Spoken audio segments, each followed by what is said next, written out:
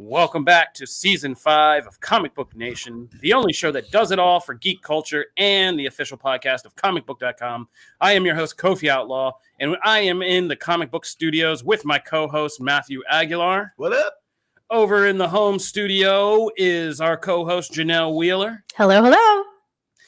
And today we have a lot of fun stuff to do. As the only show that does it all for geek culture, we have got to go all over the place. TV and gaming are going to collide as we do the real review for The Last of Us. Last week, I was somehow operating under self-delusion that this show was coming out, and I went through the whole week, did a whole show, went home, set up on Sunday, and got all ready for a show that was nowhere to be found, and was just like messaging everybody like, what is happening? How did I do this? And how do so many people support my delusion? It was a little scary, but here we are. Now we're back in reality. So we are going to be doing a review of The Last of Us, our official review, and to help us do it is a person who did ComicBook.com Gaming's official review of The Last of Us, Mr. Logan Moneybags, a.k.a. Logan Moore. Is Hey, guys. Thanks for bringing me on. It's good to be here. Hey, thank you, Logan. We threw your Slack name out there. Just yeah. To, good, though. If you're going to create it, we're gonna throw it out there. This is the all ComicBook.com show. Everything is fodder. But Logan got to see The Last of Us early. He got to see, was that? I'm very jelly. Yeah, me too. I've been hearing him and Brandon Davis have very whispered conversations about it, like in the background. The burden of two people in the world who got to see this early. But he posted his review on comicbook.com gaming, as I said, but he's here to talk about it with us today now that he can. So, Logan, I know people have a ton of questions. You've played the games. You've seen the show. What should we expect from The Last of Us? I think the first thing is just, has anybody here played the games, or have you not played the games? I assume, Matt, you've played the game, I imagine. I had a real problem, and obsessed with the games. I played both right before, right when 2 came out. I played both of them because I had gotten my PS4 with The Last of Us remastered, and I would just whatever. I started it and never got into it. Then when 2 came out, people were freaking out. I was like, let me try this again. And then I got deeply Have you played either of them, Janelle? I have watched tons of playthroughs, but I've never played. And I intend to do that on stream very soon to celebrate the release of the show. So I'm actually pumped about that. It's one of those, the more I sit with the show, after I watched it, most of it probably 3 or 4 weeks ago. So I've been thinking about it and mulling it over a lot. And I feel like I'm starting to become one of those people who you read a book becomes a movie, and then you go see the movie. And it's like, well, the book's better. You should read the book instead. I feel like, oh no, I feel like that's kind of where I'm landing on it. The show is very good. By all accounts, the performances are great. The quality is great. It's going to be a huge hit. HBO poured a ton of money into this, and it's really impressive what they've done. But after having watched all of it, I can't help but be like, well, there's a better version of this out there if you want to go experience that. And that's kind of where I'm at. I think we can get into more specifics here in our conversation, but there's just some things that the TV format, it's condensed a lot more compared to the game. There's less room to breathe in certain instances. And I think the game does it a lot better in terms of storytelling, because you get a little bit more time with some of these characters throughout the course of the game. And in the show, slight spoilers, this is a very dangerous world like The Walking Dead, so people show up and die kind of quickly. And in the TV format, especially over the course of 9 episodes, you're getting used to these characters being around, and then they're gone very quickly. And then compared to the game, you get much more time to breathe with them, and I think it works a lot better in that way. The reason why I didn't play the game is because I didn't know what the gameplay was like for, people who don't usually play this style of game, like myself. I'm a retro, I'm group gaming, party games. I do I love the speed run stuff. I mean, that's what I like to watch. And I don't play shooters of any kind. So that is what held me back from actually playing it. Would you say this is a game that anybody can just kind of fire up? Yeah, I think it's definitely action oriented, and there's shooting sequences, and there's quite a bit of combat, but I feel like it's pretty accessible. It's not a Doom or anything like that where it's just full combat nonstop, and that's all there is to Fortnite. it. There's lulls in it, and a lot of great narrative moments between the characters, and that's why everybody loves the game so much, and that's why everybody's thrilled to see it become this series is less about the combat and things like that in the game, but more so like the dialogue that takes place in between the combat and stuff throughout the game. And in that sense, what they've done in the show is really impressive because they've had, I mean, the script of the game, I have to imagine, is so vast that they found a way to condense that and put it into the TV show. And I'm fascinated by like what they picked and choose from the game to incorporate into the show. Like, what are the vital elements that we feel like we need to include? And then what are the new things we want to put in the show too? So I feel like at face value, people would probably think it's a very easy adaptation to do, especially because this is one of my biggest problems with it is actually it's so close to the game in some senses that it almost becomes a little boring. Like, and it's a weird. I was going to ask about that because like, predictable. I need a little surprise. Yeah. Like shows. And there are definitely changes, and there are definitely episodes. Everybody's talking about episode 3 is the first episode that really goes in a completely different direction compared to the games, but it's almost self-isolated, and there's nothing really throughout the rest of the series that kind of ties back in with that episode.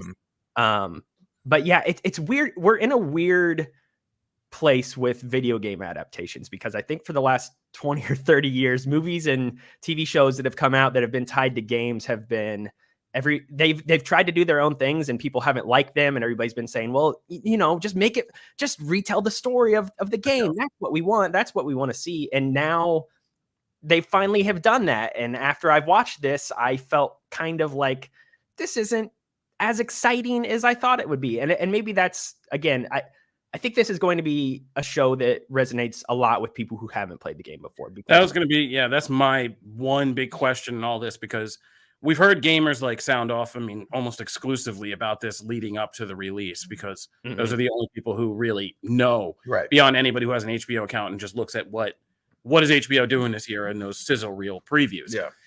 My question has been in trying to prepare myself for this, which is always difficult, is, okay, I have such this deep connection to the games, but that's me. Like, what is the HBO's not going for the people who play the games?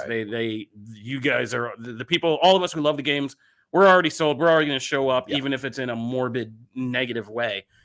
It's taking this and making it appeal to the masses who have never heard of this series, played the game, and all that. And if you can, I mean, it's hard. It's cruel to take you from the comic book gaming team and make you do this, but do you think the show will appeal like on that event TV must see, House of the Dragon, Game of Thrones kind of thing that HBO is going for? Yeah, like absolutely. I think the strongest point of The Last of Us is just its story. And even though there are slight tweaks here and there and they have to condense certain things down, the story of the game is still in full in this series. And I think it's still incredibly effective. And I think it's really going to resonate. It's resonated with, I mean, this is one of the most popular games of the past decade or so. And that's primarily because of the story. And I think that narrative is still going to resonate greatly with those who are coming in and trying to, what is this show? This is by the guy who made Chernobyl. Okay, I like that. I'll watch this. I think casual audiences are really going to dig this a lot. Talking about, going back to what I said, though, about people who are already familiar with it, though, it is it's so similar that it's not compelling in some ways. And that doesn't mean it's not good, but when I was watching it, I literally knew what the next character's line was going to be because they weren't deviating from the scripts of the game in some ways. And so when I can almost word for word say what's going to happen next in a scene, it's not that gripping. It's a weird thing where that doesn't mean it's bad, but it just doesn't resonate with me in the same way that I think it might for other people. I'm really interested to see what people's responses are going to be after all 9 episodes have aired, because I think the show in particular as well starts off very strong. The first 4 to 5 episodes are probably the best in this series. And then the final about 4 really narrow into like beat for beat what the game is essentially, and almost shot by shot, frame for frame what happens in the game. And I'm curious to see how sticking that close to the source material ends up shaking out with established fans, I guess, in the long Well, run. I'm curious because you said, and again, we're trying to do this without spoilers, obviously, but you said that it actually encompasses, like, this show encompasses the entirety of the game. So is literally because I wasn't sure. I didn't know if they would actually just adapt the whole first game or if they would stretch it out and kind of cut, because there's a lot of points in there where they can decompress. Is this literally the whole 9-episode arc is the first game? Yeah, it's the entire game and the accompanying DLC, the Left Behind DLC. Yeah, so they incorporate that story into it too. It's everything from the first game. So if they do season 2, it is going to be The Last of Us Part 2. I'm not gonna lie, I was kind of hoping they would remake it like Final Fantasy remake. Yeah, I knew they would probably do the first game in the first season just to have a solid bed of a content block right there. I think it's when you get into the second game is where you begin to stretch out like multiple seasons, and there's also lots you can do between the games to kind of fill in gaps. And because the second game opens up with like a whole Game of Thrones, human connection drama of its own that you can. And it will be interesting to see how they go from there if they mine the middle, because that is not scripted out already. Like, that is actually completely new material. I'm sure they, like anybody, Naughty Dog has a Bible for things. We thought all this through. I'm sure they're working from something, but still it's not verbatim in a thing where they can just literally adapt it. That will be interesting. And that kind of makes me think about what Logan is saying is I like when shows hew close to the material, but also take chances, even if, 50% of them won't work or won't go over as well with other people. I like when it takes chances because I don't like just seeing exactly everything that I already saw. Unless you kill Glenn, and which they shouldn't have done. But that's but that one didn't work. But then there were some other things that I really liked and like that the show did, So like I'm all for taking a risk.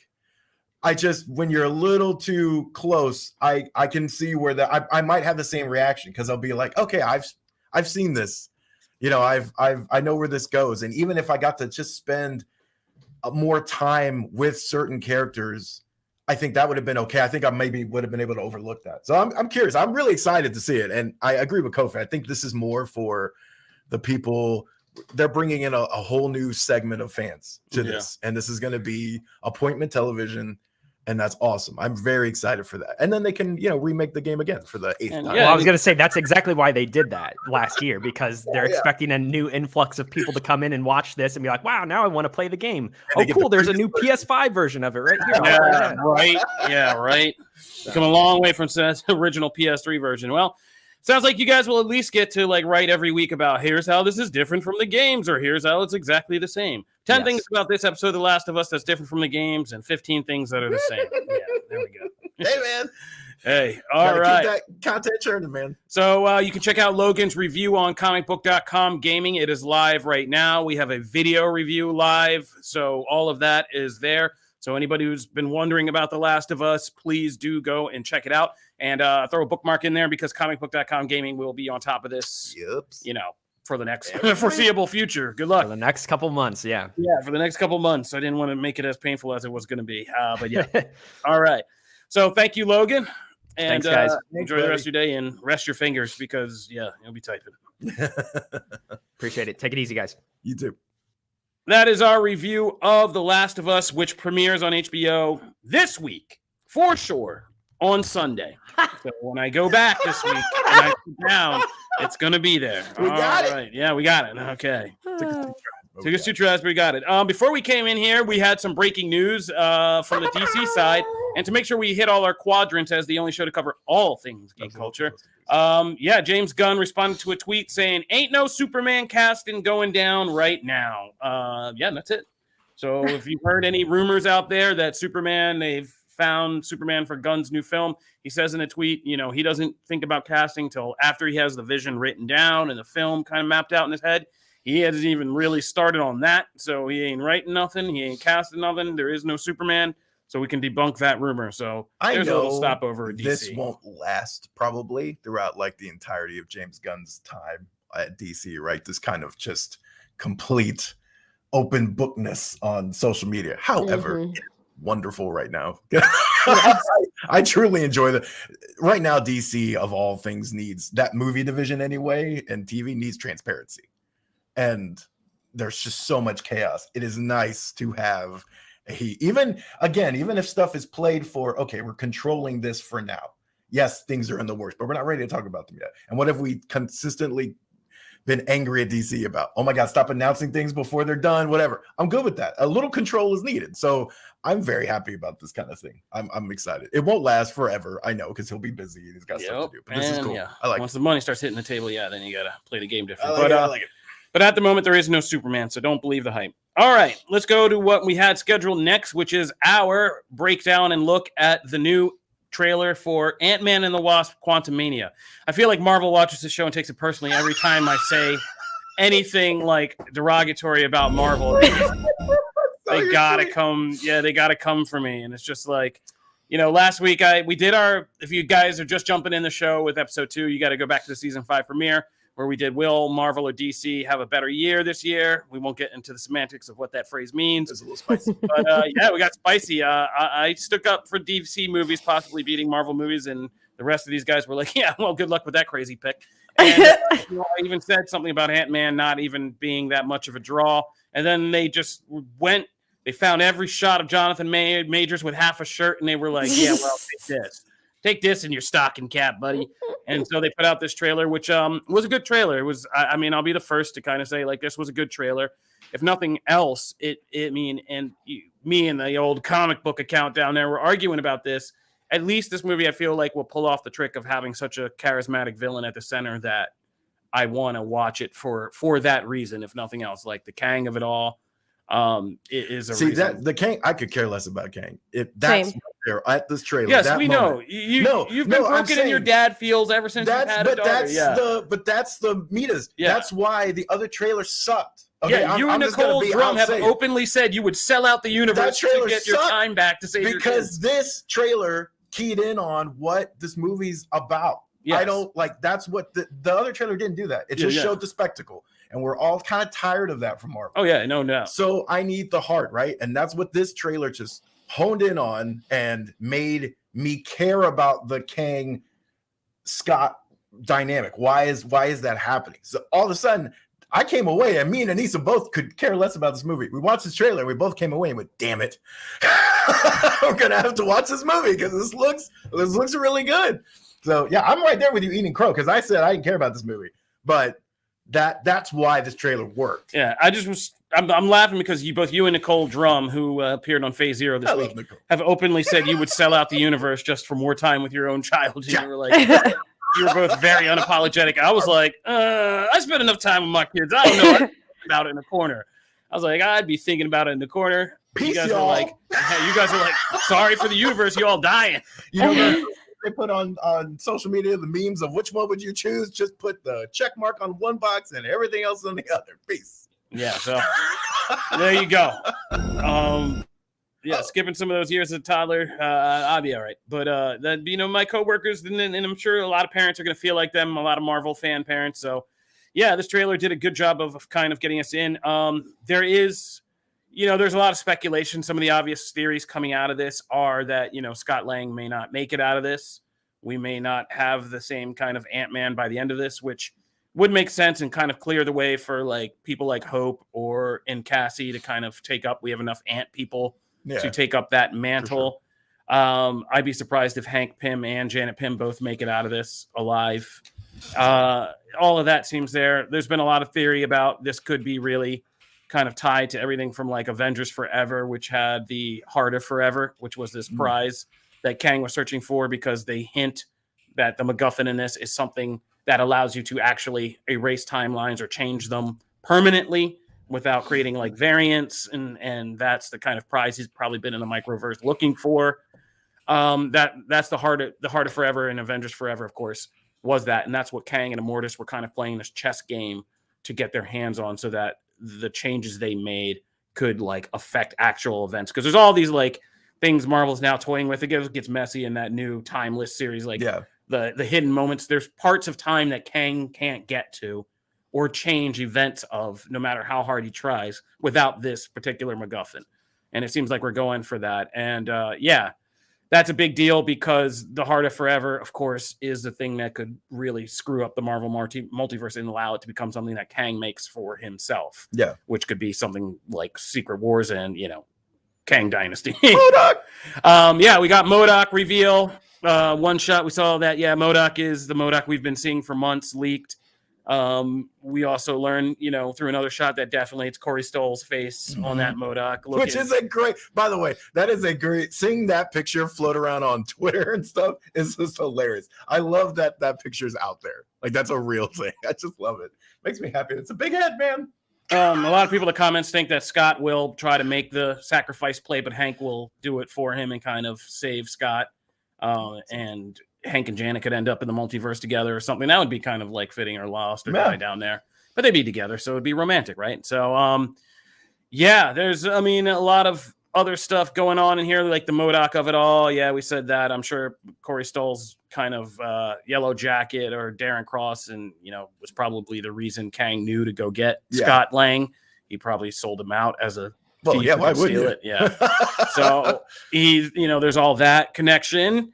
And there's also a bunch of other things. There's a whole side of there's a bunch of freedom fighter characters in the microverse who are even from the Hulk series that we've known from Synopsis released with this trailer. Like Gentora is going to was this obscure Hulk character, but suggests that who Bill Murray's character could be. I forget his name, like Angus Ray or something, who's like a hero of the microverse, freedom fighters, and all of that stuff can connect to so much other stuff that could be coming in. So Ant-Man and the Wasp looks like, and now there's a promo to get them to watch Disney's Strange World again. I'm just kidding. That we're watching. Janelle, you liked the original trailer, I believe, right? I guess it's hard for me to even remember it. Okay. So then I think that says it. So how'd you come out of this one? Yeah, I freaking love Marvel.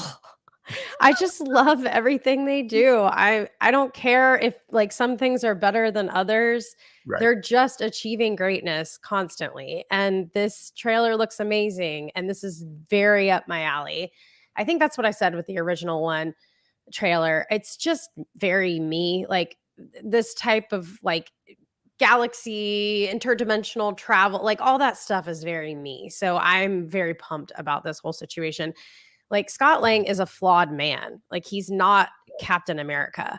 So he will choose his own selfish desires over the universe because he's not the traditional, all-knowing, wonderful, from a different planet superhero. He's, he's a normal, regular dude. And I'm excited to see, how they show him a little bit more because we haven't really gotten a lot of him. We've had little tastes of him with Avengers and stuff, but I still don't feel like I know him that well. Right. So I'm really excited about this in general. And exactly like Kofi said, it almost is bittersweet because I just wish that DC had the same power and content that they were throwing out there because Marvel's just nailing it over and over again. Even with movies that I'm not as big on, like Thor, Love and Thunder, I love it. I still love it.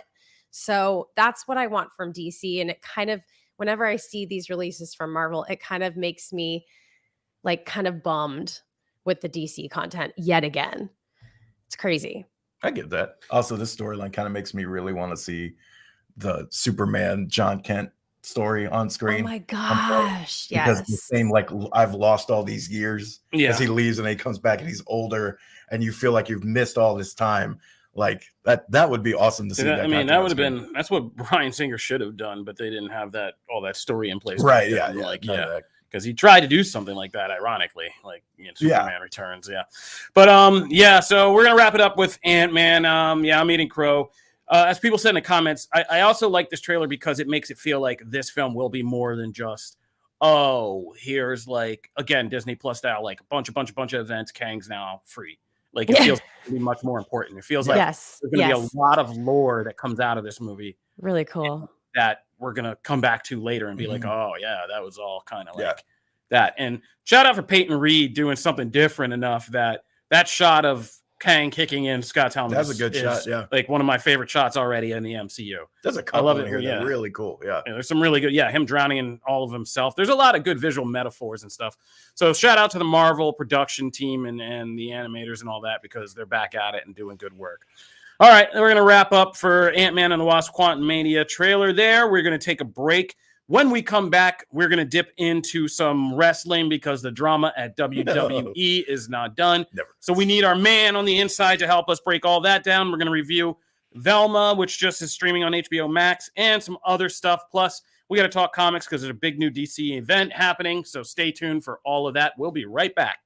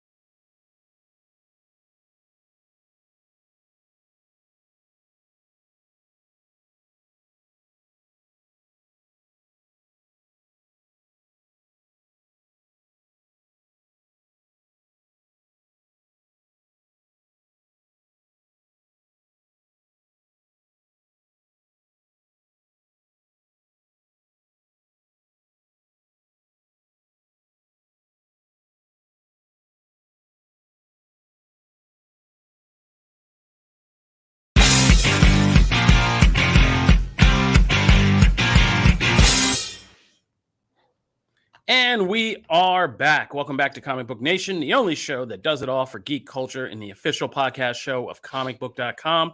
In our first segment, we talked about The Last of Us, HBO's The Last of Us. We did an official review, and we broke down the latest trailer for Marvel's Ant-Man and the Wasp Quantumania, while doing a little sidebar about DC not yet finding a Superman. So now in the second half of the show, as I said, we are going to be getting back into the drama at WWE, which is not over. And to help us do that, our most regular guest host, we should call him the fourth Beatle, the fourth co-host, Mr. Connor Casey. That again. Everybody loves Ringo, man. Come on. Yes. And by the end of this thing, everybody might only be loving Ringo because Ringo's doing okay, man. Like Ringo's out here, he's doing fine. Yeah. So, but it's not Ringo energy you're bringing in today, unfortunately. You got real stuff to talk about because that Vince McMahon docuseries they're really doing a lot of work to prepare for this Vince McMahon docuseries. I mean, yeah. He had to fit in a few more chapters. Every time Ryan Murphy fills up his notepad, he's like, damn it, and throws it out. Yeah, and has to, like, there keep wasn't enough adding, drama. Yeah. So, all right, Connor, take it away. Where are we at right now?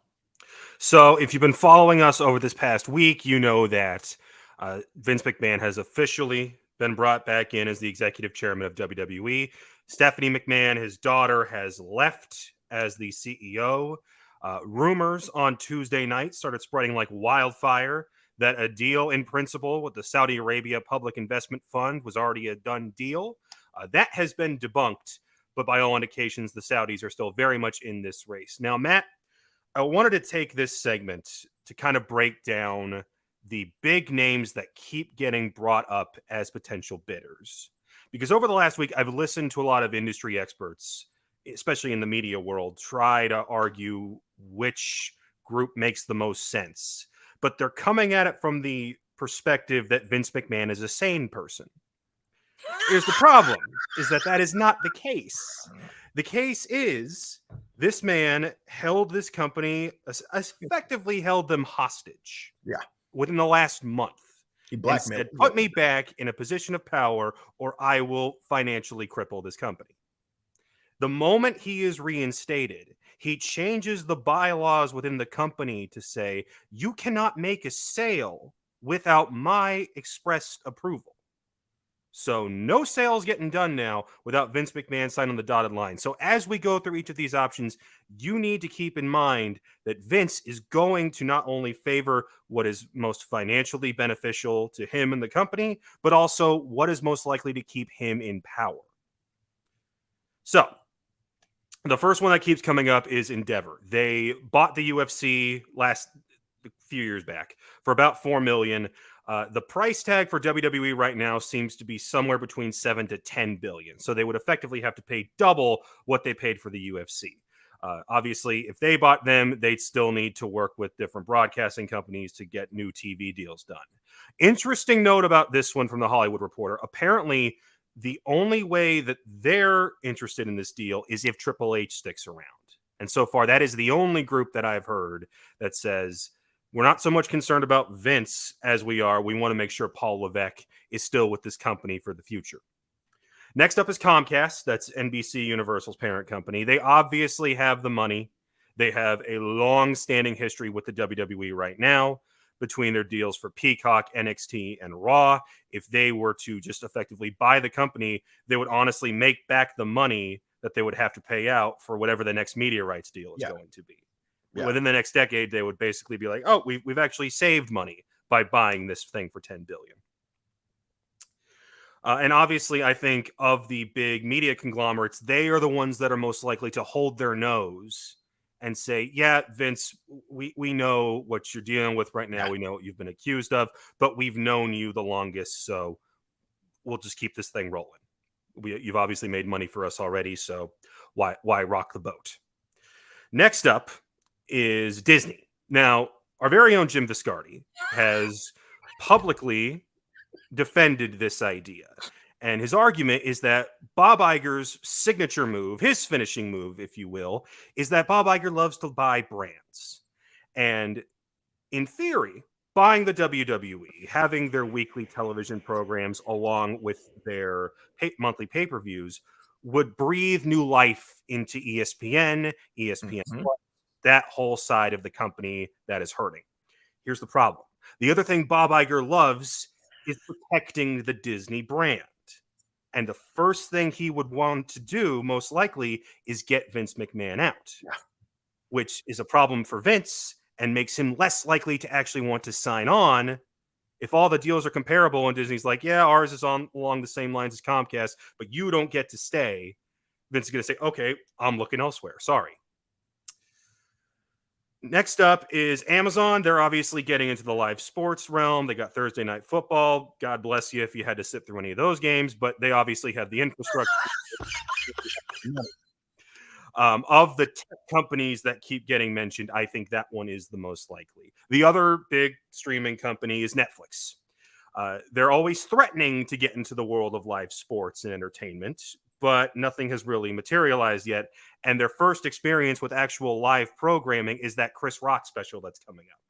And it's a pretty big jump from one comedy special to hours of weekly television and pay-per-views on a monthly basis. You know, you can ask Peacock just how much of an overload it is for, you know, 1 million some odd people to try and all get on at once and get access to a live stream. Yeah. Then there's the Khan family. This one popped up yesterday. There's no way that of the names, it is the least likely. Do they have billions? Yes. Would they would have to partner up with another financial partner to do it? And then the question is, why would you want to merge these two when you already have the second biggest promotion in the world for not nearly the same price tag as the first one? Yeah. And then, unfortunately, there's the Saudi Arabia. There's the nation of Saudi Arabia. They obviously have the money. They are the most likely to add in a few billions to sweeten the deal on top of what anybody else tries to offer. They would be the most hands-off and let Vince operate by himself, as he's always wanted to do. The only issues with that one are that some companies will want to back out and separate themselves from the WWE if they are bought by Saudi Arabia. And it's also a question of, would the next media rights deal become a completely different situation if suddenly they're owned by this nation? If you need an example, look at what's happening with Live Golf. They could not land a TV deal. Big stars they were signing. So they're currently in a situation where they're the ones paying Fox Sports to put them on TV. And in most cases, it's supposed to be the other way around. The network is supposed to be paying you for the content. Do the Saudis have deep enough pockets where that might not necessarily be an issue? Sure. But then it's an issue of how many wrestlers want to stick around. Plenty, will swallow their pride and sign on the dotted line and make all that extra money. Others might not. And some who are out in the free agent market or in other companies will suddenly not be so incentivized to want to go back to WWE because A, you've got to deal with all of the moral political issues that come with that. And B, if it all but assures that Vince McMahon is back in power, the folks that wanted to jump back to go work with Triple H, suddenly, how much longer are we waiting for that to actually be a reality? Yeah. So how do you feel about all of that? Well, I agree with you. I think Disney, because of those issues, because of Vince, if Vince was not involved, there's a shot. Absolutely. Because ESPN, they used to work together. Then that kind of fell apart. That was a big deal when that fell apart. Then ESPN got into a deal with UFC, and then there was a lot of stuff, but they've missed that. Like there is a whole chunk of programming that they don't really mess with or reporting stuff they would love to get back into. That would be huge. But I agree. There's no way Bob Iger touches Vince McMahon led WWE with a 10-foot pole. Like that's not happening. I agree with you too on Saudi, because that could very well happen, but I do think that will affect the media rights deals in a negative way. And that's what Vince says, like, oh no, I'm going to lead with this is a huge time. That would be the first of many missteps. Right. I think NBC, I think that like Comcast makes the most sense. Because they already have so many deals. Like, yes, they have it with Fox as well, but they only have a small, even though it is the A show, they only have that one thing, like stuff built around it. And the big difference between the NBC situation and Fox is that NBC has a ready-made streaming platform. Fox doesn't. So what would their answer be for pay-per-views? And they already have it built in. We've already been serving you for however long. It was rocky at first. It's worked itself out. Peacock stuff is pretty reliable now. Now NXT is doing their, premium live events on there too. Like there's so much built in, and I agree with you. They worked with Vince for years. They're going to turn away from the stuff that is not great and be like, we're fine. I think they're the most likely of this. That is if he's going to sell. I'm still not entirely sold. He didn't make that all up just to get back on here and not sell. So I agree. I think that's the one. I'm sorry, Jim. I don't think Disney's going to happen. I would actually think it would be awesome if that happened, but I don't think it's going to. And I think that would also be the lesser of all the evils of this possible scenario. So I'm kind of pulling for that. If you're a fan, start rooting for Comcast. It's the boring option, but it's also the option that doesn't make you go, I feel bad about talking about and watching this product now. Yeah, I agree. This used to be simple math. The fans show up, the wrestlers entertain, the fans pay to see them, the wrestlers get paid, everybody's happy. When we started adding in countries with very questionable human rights policies and certain accusations, we've taken simple math and we've muddied the waters, and it's no fun. Wrestling's supposed to be fun. Root for the fun option, guys. I agree. Not the one that will make us go, how do I feel about this? I agree. I think root for the fun option is the best way to tagline. I think that's the best way. Anything else you want to catch us up on before we? Royal Rumble's coming up. I don't know if you know this, but there is still weekly professional wrestling going on. Obviously, we're going to have full coverage of that coming up here at the end of the month. If you're not following our Dynamite coverage right now, AEW is on a bit of a hot streak. I think this most recent episode was one of the best they've done, period. And follow us over on TikTok, because if you do, good things will happen. Awesome, man. Thank you so much. Peace out, buddy. All right. Thank you, Connor Casey. As always, comicbook.com wrestling is on top of what is going on over at WWE, AEW, NXT, and everything in between. So thank you, Connor, again, for taking some time. We're going to move along now and talk about a couple things that are released that we just want to put on your radar. These are going to be just like short little mini reactions reviews that I'm going to be throwing at them because I'm pretty sure I'm the only one who's seen it. Janelle, did you see Velma? Any of it?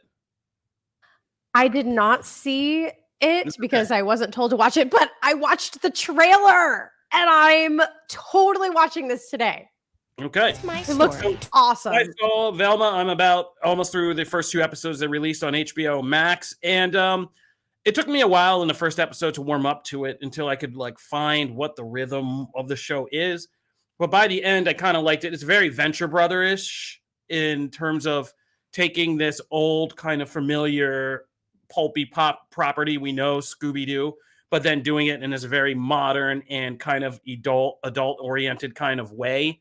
And so Mindy Kaling really just digs in, and this is a very much an adult cartoon. Yeah. There are so many just jokes and just things they deal with. Within the first 10 minutes, it lets you know, like, yeah, you're watching another HBO Max adult cartoon version of Scooby-Doo.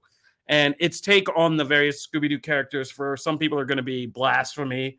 But again, this is like when I got like the Venture Brothers-ness of it all, I was like, okay, I understand like kind of skewing this old, golden calf of Scooby-Doo is what this show is doing, and very purposely so, and taking all the things we took for granted about that show and kind of painting them in a funny light, like from how Fred looks and his appearance to who Daphne would like really be as, Daphne and all that stuff, to their version of Shaggy and all that stuff. And, it's funny when you let it be its own thing by the end, by the time it establishes like, this isn't Scooby-Doo. This is just the Venture Brothers kind of skewer of Scooby-Doo's universe. And after that, I kind of accepted it and really kind of was ready to get into more. And I'm enjoying the second episode a lot more. And I would be checking this out and just kind of seeing like what this show does. And I hope it finds an audience because, for what it's worth, it is kind of like funny, and Mindy Kaling doing animation is actually pretty funny. So that's my take on Velma. That looks super fun. I'm not gonna lie. I haven't had a chance to watch it, but it looks super fun. And I was gonna ask, do you like their takes on Shaggy and Daphne? Because those are obviously the ones that kind of caught my attention here. The Shaggy thing is funnier because it's very much not Shaggy. It's just like his name's Milo, and like he's very obviously, they even joke about like race cast switching in the beginning, and they're like, oh, you got a problem with that? Like when she's kind of like introing the show in this opening monologue where it's like her and Daphne going at it directly. So I liked Milo because his character they're doing a skewer of like that kind of like weird beta male friend who's like secretly in love with Velma, and like a whole part of the first episode's about that. And he's kind of funny, but Daphne I like is kind of like, doing a skewer of who Daphne would be as like the hot, popular real person, girl, like a real person, like, and her kind of history with Velma, and they have this whole kind of lore about their history and together and stuff.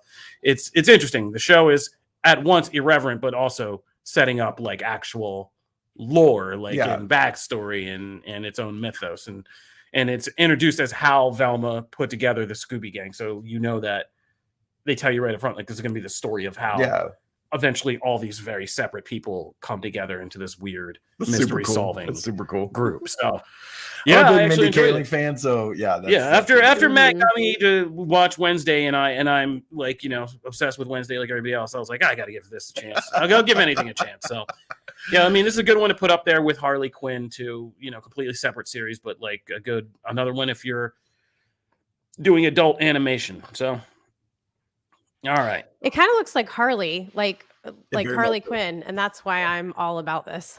Oh yeah, the animation style is very much like Harley Quinn. Yeah. And Trees' friend zoned Black Shaggy. Yes, this is it's a very, very kind of weird, funny take on Shaggy. But that's Velma, and like I said, I'm just gonna keep going. I got a chance to check out the new movie Missing early. I'm very excited for that. With Storm Reed. I I was like kind of trying to force myself to go out and see this last night, and I was like, I don't know. I was like, I don't know. I was like, oh, I should do it, and I'm glad I did. Yeah, this movie, Missing, as I will be tweeting because the embargo is now up like right now. So Missing was better than I it ever had business being. I'm not like the biggest found footage mystery or thriller or horror person. But I thought Searching was pretty cool, like for what it was very inventive with John Cho. If you guys saw that, it's really good. I liked him. And Searching, and they even now it gets you in the dad bone even more now. Like, probably. Well, no, I should not rewatch. No, that. you'd be freaking out. You'd be freaking out. I can see you and Anissa like. Yeah, I watched that pre-child. Yeah, probably. And so Missing is somebody's doing construction. All right. So Missing is not a direct sequel to Searching, but it is a movie set in the same universe as Searching. And the way they handle that was at first one of my favorite things about it was that like how they kind of just shout out to Searching in their own way without having it bog down the story. But Storm Reed, Nia Long, Kevin Leung, who's who's a Spike guy in X-Men and a bunch of other stuff. The way that the writers and the filmmakers use it, once again, the found footage stuff, the way this does it, this new era found footage, which is kind of communications, it's a mystery you solving from your laptop and your smartphone. Yeah. And if nothing else, what's disturbing about this series, and especially this movie, is how much information and how many tricks you can use to find information from your laptop and cell phone, because this is all real stuff they do. And that's the kind of Rube Goldberg machine of it all that works for this movie is the tricks they use to get around like passwords and find out information and stuff is all real stuff. Yeah. And you're like, oh yeah, that is kind of disturbing. It makes it scary and creepy. Amazing as a story to see this young girl as a detective and figuring it out, because these are young people, they know all this stuff, but also terrifying in that sense. But the twists, the turns, the surprises, and like what ultimately the mystery was really good this time around, and kind of like really surprising in what the story shapes up to be versus what it starts to be and where it ends. Was also really good. So this was like a really awesome, better than I ever thought B-movie thriller. And yeah, this whole Searching, Missing series is weirdly really good at what it's doing. So yeah, and it's Nia Long. Yes, guys, it's Nia Long. That's she's right. Back. Yes, because she's the mom. Yeah, and she's back in this, man, and she gets a pretty good role in this, even though it's about her missing. And she's also going to be in that Eddie Murphy. Jonah Hill movie. Yeah. She's guess who's coming to dinner. That looks good too. You People, I think it's called. Yes. Yeah. So it's going to be good. And like I said, so Missing comes out next weekend. Don't try to go out to the theater. Don't be like me. It comes out next weekend, and I'll do a full review of it next weekend. But my initial reaction was, better than I ever expected it to be. So moving right along again, so we can outrun construction. If you guys haven't seen on Netflix, there's a couple things just point out for you. The Pale Blue Eye is Scott Cooper's new movie. Scott Cooper, who did like Crazy Heart. Oh, yes, I've seen. Yeah, and Out of the Furnace, and what was his like last movie? Black Mask. Johnny Depp as Whitey Bulger. Black Mask. Yeah, so Scott Cooper is a very good kind of auteur, and he's reteaming with Christian Bale for this. And it's a mystery based on a novel. It's a gothic mystery. But the real selling point was Harry Melling from the Harry Potter movies, who played Dudley in the Harry Potter movies. He's in this as Edgar Allan Poe. He plays Edgar Allan Poe as it's set in West Point, New York, in the 19th century, late 1800s. And Christian Bale's an investigator who's come and investigate a grisly crime at West Point that the military does not want to get out, and he's supposed to be investigating privately. And he meets a cadet whose name is Cadet Poe, and he's just a young kind of cadet. That's awesome. At then, he's not yet a poet, but his weird kind of gothic mind, Christian Bale's investigator, kind of like they form this friendship, and he helps him with this murder mystery because he can imagine all these, gothic dark things. And it's surprising. Some people will get the twist, but Scott Cooper's just a great filmmaker. His atmosphere, his tones, the way he shoots things.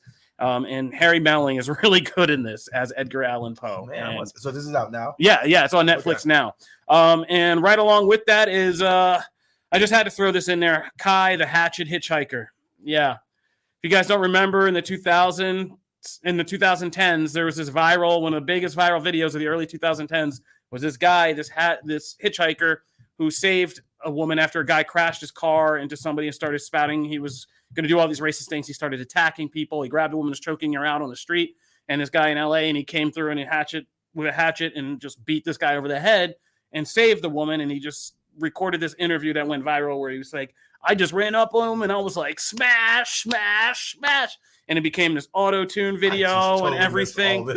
And so it's a wild story because this guy, not surprisingly, later, the hatchet hitchhiker later got implicated and arrested for a grisly murder and killing somebody, a lawyer. So he's in jail now. And this documentary is interesting because it's just about a look at like what viral videos are, how they come about, what role the media plays, and who we put at the center of this. And do we like actually verify all these things before we like celebrate them going viral? No, and, absolutely not. And yeah, in this case, Wow. in this case being a reflection of like, what do you do like when you've helped promote this thing, and how all the journalists they interview, all the people who helped, the original interview, when they put this guy on a pedestal, and Hollywood was like, he went on Jimmy Kimmel famously.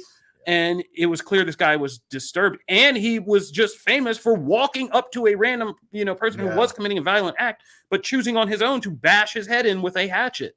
And we all were like, this is awesome. And this, and we're bringing him to Hollywood, and they were trying to make a reality show about him and all this stuff. And it's about how that machine works and who's at the center of it and who turns out to be the person like you're putting on this pedestal. Right. And so, yeah. If you ever want to kind of get disturbed about what we've been doing in the last 10 years with like viral videos and social media and all that stuff, this is a good documentary to somebody comment said, jail, jail, jail. Yeah. Like, man. Oh, man. But it was disturbing for me because I was obsessed with that Kai video when he came out. Wow. I was so obsessed with that. I totally missed that, but I still actually want to watch this. Yeah, no, it's good. It's a really good one. Check that out. All right, let's get to comics because Matt, I'm sorry, I'm skipping over. You have a segment, Matt's Agenda. We always, if you guys are doing season 5, our host Matthew Aguilar uses his show as a platform to get his agenda across quite constantly. And we fought against it in like season 1, but he's very lovable, so we just kind of like let him push his own agenda now. So today on Matt's Agenda, we have toys. We have Power Rangers, baby. So first off, you can probably see that we've had a little buddy sitting here right at the end of the table, and he is the Zord Ascension Dragon Zord from the Lightning Collection over at Hasbro. You probably, I don't know if you saw before. Look at this fancy. Look at that. I got. Look at the missiles. Oh, thank you for doing that, buddy. Yeah. So what's awesome about him is that one, he combines with, if you watched. It's been a minute, but we featured the Dino Megazord on here, which was the first release from the line. And of course, Dragon Zord also combines. And so there's, of course, combinations that you can do. Of course, we have Battle Mode and Mega Dragon Zord mode can be done with the other Dino Megazord, which I almost brought to do it. And then I was like, it's too much. I'm not gonna do it. But look at this shot. Here we go. Oh, he's got his own camera. Okay. He's got missiles that fire from his hands. Such an idiot. And look at the paint apps on this and like the shininess looks nice, man. So yeah, I definitely am going to do a video where I do all the combinations, but I just wanted to feature like core mode. Also, actually had a little trouble getting it open earlier, but there's in the little bitty cockpit up here, there's a little ranger. You can put a little ranger, and it actually comes with 2 small rangers as well for scale, like the Megazord came with the 5 rangers, and they're very tiny. This one comes with 2 versions of the Green Ranger, and of course, just a shout out to thinking of JDF in this moment here talking about the Green Ranger. So that is Dragon Zord. Now. But wait, there's more. All right. So this is easily one of my favorite things so far. Here, I'll bring it over here. So this is the Blue Rangers Power Lance from the Lightning Collection as well. Same for the Power Sword. Let me move you, buddy. There we go. This is awesome because number one, it just looks cool. The base actually also transforms to where it can hold it in Lance mode and in this mode, because cool thing about these is they extend and then they combine. Oh, look at that, son! Wow. And wow. All the sounds come with the light. I don't want to break anything, but if you're moving it around stuff, it actually makes different sounds. It also makes different sounds depending on how you're actually moving it. I think I prefer this one as the sound. And then, of course, you can turn it off with the little button right here. And it powers down. So flipping cool. Star Wars, take note. Somebody who spends a crazy amount of time having lightsaber fights these days, like you need a split staff with these. I need this kind of weaponry. So yeah, I think the Power Sword was awesome and had that effect that we showed off last time where you actually hovered over it and it would glow. But I think I'm partial to the Blue Ranger anyway. But I think these are cool. The next one will actually be the Yellow Ranger's daggers. So those will come out next. And then I just need Power Axe. Because I cannot wait to see what they do with the Power Axe. And then, of course, we get the bow. And what's great is they will all combine into the Power Blaster. And if you think we're not going to do a video on that, you are sadly mistaken. That will be happening at some point in time. So right now, those are both available. And you can check out more coverage on all things Power Rangers on comicbook.com. So I don't always support Matt's agenda, but when I do, it's dope. All right. So, moving right along to our final segment of the day, comics this week. It was a big week for comics. I'm in the hole basically all weekend trying to read my way out of everything that was released this week. It's nuts. I mean, there was a lot, man. It was actually hard to there were several options we could have gone with. And I'm still actually behind. There was one book I wanted to talk about this week that I can't even talk about. I will talk about Black Cloak, which is a new Kelly Thompson book at a future time because I haven't had a chance to finish it and I want to give it its full due. But let's start off with DC. So one of the big events we actually talked about on that previous week's show is Lazurs Planet. And that's about to kick off. And so now we have Lazurs Planet Alpha, which picks up from Batman and Robin and all the things essentially that the Lazarus Island was turned into a volcano, making a long story short, and the volcano erupted. And so now all this Terrigen mist is all over the world. all this resin, as they keep calling it, is around. And so now we have all these, it's affecting the whole planet. There's like storm. I actually liked it was like midway through the book, there's like a storm chaser thing, maybe feel like I was watching like Channel 4 or something. And so they're like, oh, here's the crazy acid Lazarus rain. And here's like the thing over here with the funnels and all this stuff. So there's essentially the idea is that this will affect all of the heroes in various different ways. We're going to see people get different powers, switch around. There's going to be a lot of things to happen after this in the main event. This is doing a lot of the setup. Like this issue is like mostly like, hey, we got to get all these pieces into play. Here are these two teams, and we have them trying to kind of recover the magic side because part of this whole thing is like the magic has been in chaos anyway. Then this made it even worse. Then you have like the sun being blocked out by like endless winter, and that's affecting all the other people's powers. So there's a lot of things coming in. My favorite part though is Damian Wayne shows up in a huge way in actually probably over the last year. He's been used quite a while. And like the recent event where he was being controlled by someone else, I kind of put over to the side because he's obviously being controlled. But before that, it's been used really well. And here there's a cool moment with Bruce, and he's like, it's most of the monologue and the exposition is coming from Damian. And so there's this thing of all the heroes look to Batman to like, okay, what do we do? And he's like, listen to my son. And there's like a real like kind of stepping up moment for Damian because typically he tries to take over room and everyone's like, oh my God, shut up. Let's listen to Bruce. And here it's like, no, I'm getting that validation. Hey, listen to him. He knows what he's talking about. It's a cool moment if you've been reading Damian books for a while. And there's a lot of setup here. Some of it is a little, I will be interested to see what Janelle and Kofi think because I've been kind of keeping up with most of the stuff, but I don't know how much of the Lazarus Planet kind of lead up you guys have been keeping up with. I don't know how new reader friendly this is because there's a lot of names that get thrown around, a lot of concepts that like if you haven't really been following along all the way, I feel like maybe a little confusing because there's like certain names that I'm like, even me, like without knowing what the heck they were talking about, I'd be lost if I heard that. So I really enjoyed this. I'm more excited for the event itself. And I think this did a lot of heavy lifting on putting pieces in place. Not the most compelling storyline issue, but still had strong moments. But what do you guys think? I'm looking through it right now because this was such this is a dense book, like a dense setup. And I'm like, and like I said, there was a lot this week, but I'm trying to remember. I was like, what actually did happen in this setup? But which is always good for DC events.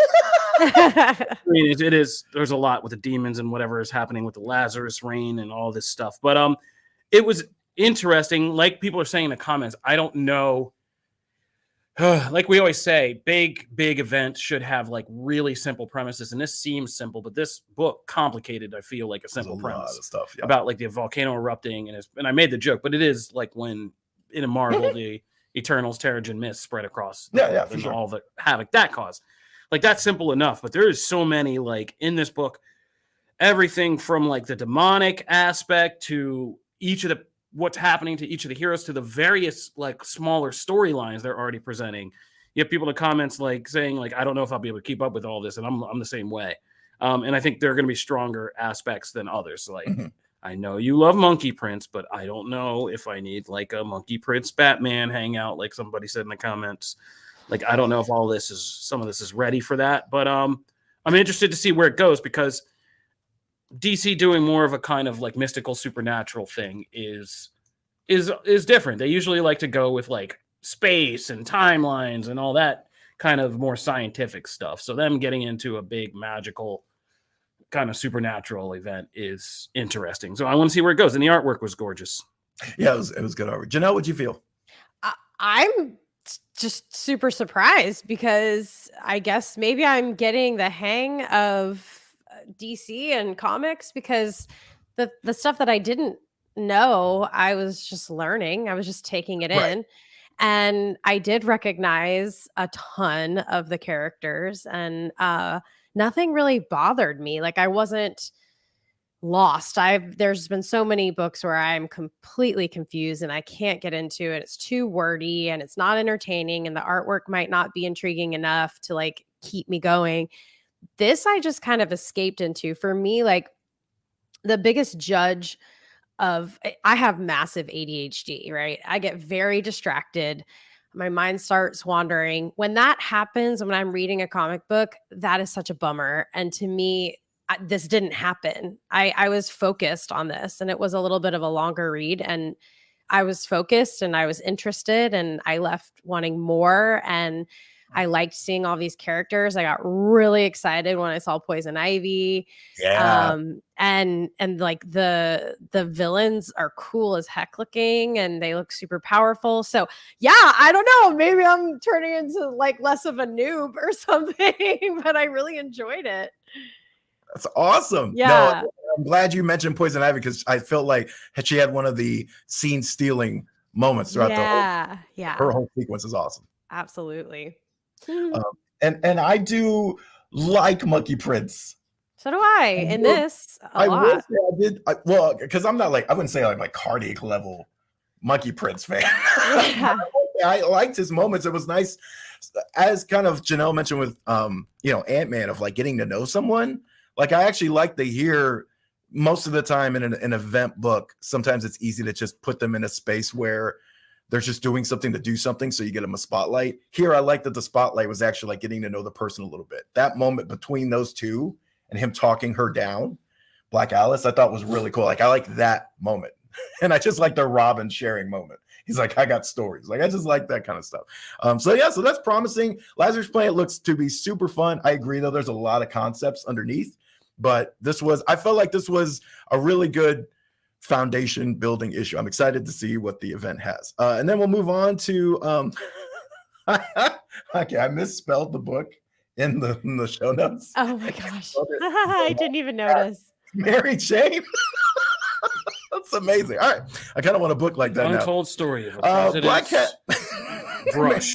Dope. Mary Jane and Black Cat #2 was, again, we touched on this last time. It was super fun. They end up in limbo, and we don't really understand like why. This issue lays it all out, kind of lays out the premise of they essentially have to find the sword. Like they got to find a sword. Obviously, Black Cat is really good at stealing things. So, that's the initial premise. Really simple. And I used to be the person when Mary Jane first became Jackpot and like all that stuff started happening. I was very like against it at the time. Number one, because I was still on my like one more day is trash, how dare you thing. But two, like I was like, oh, those powers, like at the time, I didn't think those powers were being used in a really compelling way. And I was like, oh, this is lame. I will say I have over time softened a little bit to those. And when they're in the right hands, I think the Jackpot abilities actually add something really cool. Jed McKay, those are, he's done very little wrong over the last like 2 years. I feel like his are those hands. Like in this story, the Jackpot powers act as just this really fun sense of chaos. You can bounce off them for interesting story ideas. Also, they introduce the things of like, if I get multiple skulls in a row, like there's tension there built up. Like they really allow that stuff to pop, and it makes ordinary battles that we've seen probably 100 times fresh, and it makes them fun, and the artwork is cool, and the whole Peter thing in the background is interesting because that's all being done in Felicia's head. So adding all the limbo-ness to it is fun. I enjoyed this issue. Won't say I enjoyed it as much, I think, as the first one, but that's just because the first one I adored. This one I really, really liked though. So I'm all in on this series. I think it's super fun. What would you guys think? Yeah, I gotta agree. I thought it was like super duper fun. Was this Mark Bagley? No, this was hold on. I forgot who actually did the cover. Let me double check on it. No, I meant on just the interior art because it looked really good. Karatu, I believe. Oh yeah, Karatu. Yeah, no, I thought this was fun. I mean, again, I don't know what it is about like people getting the same creative bug, but like we having like supernatural stuff, we getting heists in other realms. We feel like we've talked about this multiple times already today, but I thought this one was good. And as a dark web tie-in, this is one of the more interesting ones. Like they're doing what like the Thunderbolts did during whatchamacallit, King in Black. Like it's a tie-in, but it's actually its own story, just loosely connected to the circumstances of what this larger event is. And so this one was an interesting way to kind of set up. And I think, again, setting up a simple premise is always good in comics. Yeah. I mean, and I think what I was going to say coming away was, whereas we've seen kind of other events in the last few years try to play with like going to other supernatural worlds or magical worlds, this does it the right way because it keeps the premise simple enough. This is, as people have said in the comments, this is a limbo heist. Yeah. It's a heist in hell in this weird place and kind of a horror supernatural thing, but none of that fantastical comic booky stuff matters because it's about these two women and their relationship and how they play off each other and the chemistry they have. And that carries you through anything that's happening. So even if they go into a tower covered in eyes, it's still about the fun of kind of Black Cat cracking on Mary Jane about the jackpot powers and internally thinking like, why can't I tell this girl who should be my friend, like about this guy? Why am I still doing this stupid stuff over a boy and like all this stuff? And that drama carries you through anything, and it doesn't matter where they're going and how crazy and comic booky it is.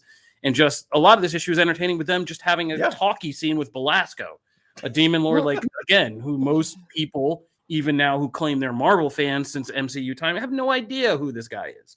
And so Belasco's entertaining. I mean, everything about this book is fun for the reason that like Exterminators is fun. Yeah.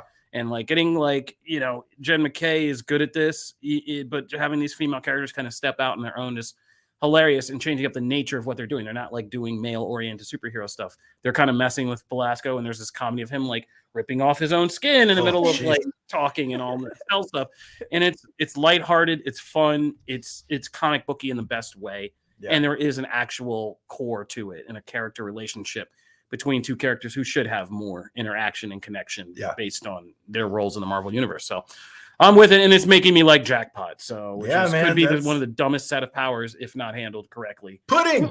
I can't decide what powers to have. So let's just say she could have. It's like the kid at the table is like, I wish for infinite wishes. Like, yeah. Okay. And that's how it was at the time. And now it's just so cool. Janelle, what'd you think? Yeah, I love these two. I think they're just so delicious together. They're so funny and like fun. And I love girl drama. I think it's hilarious to see in a comic book.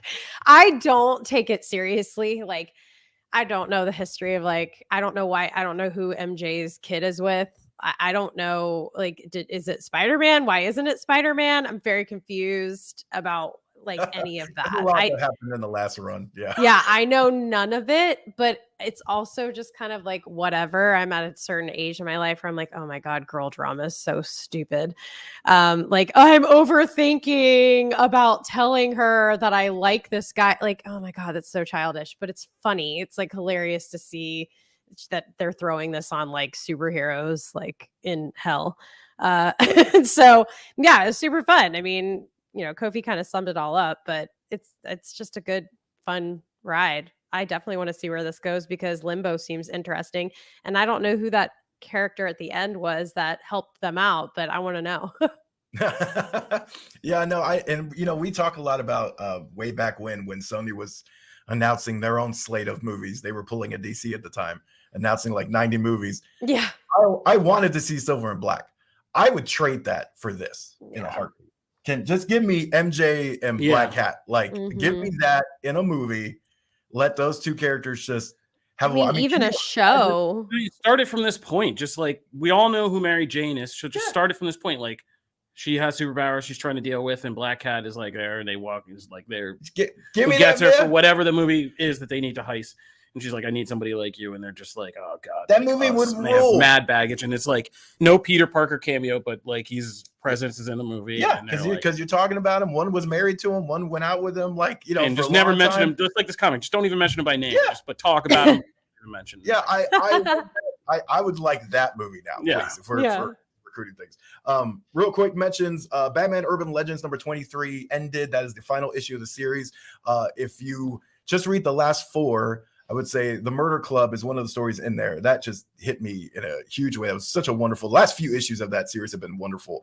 But it's just a great anthology style Batman comic. So it is now done. But this last issue was one of my favorites of the run.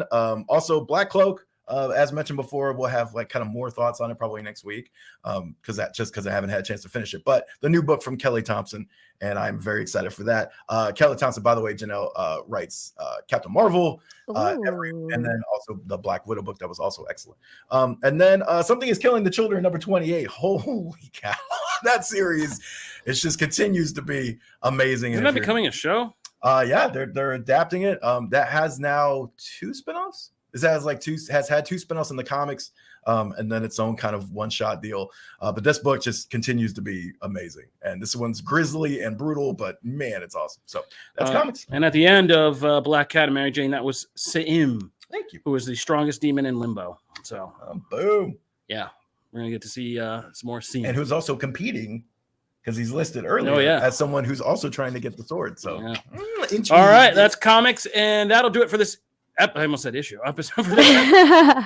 Book Nation, the only show that does it all for geek culture. If you are liking the show, please do go on both podcast platforms like Apple Podcasts and on our YouTube page, ComicBook Nation YouTube page, and subscribe to both.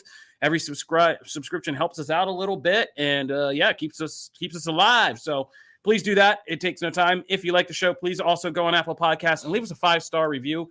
Many moons ago, we made promises. I don't know if we can make any promises about it, but just do it because it's awesome. And if you want to follow us or talk to us individually, you can follow the @ComicBook Nation Twitter page that we all kind of respond to and revolve around. If you want to talk to us individually, I'm @Kofi Outlaw. I am @Matt Aguilar CB. And I'm @Janelle Wheeler. Yeah, my voice is going out too. We got a lot of coughing to do, so we're gonna we can all start coughing like mad. This is Comic Book Nation. We'll see you next week. Peace. Bye, guys.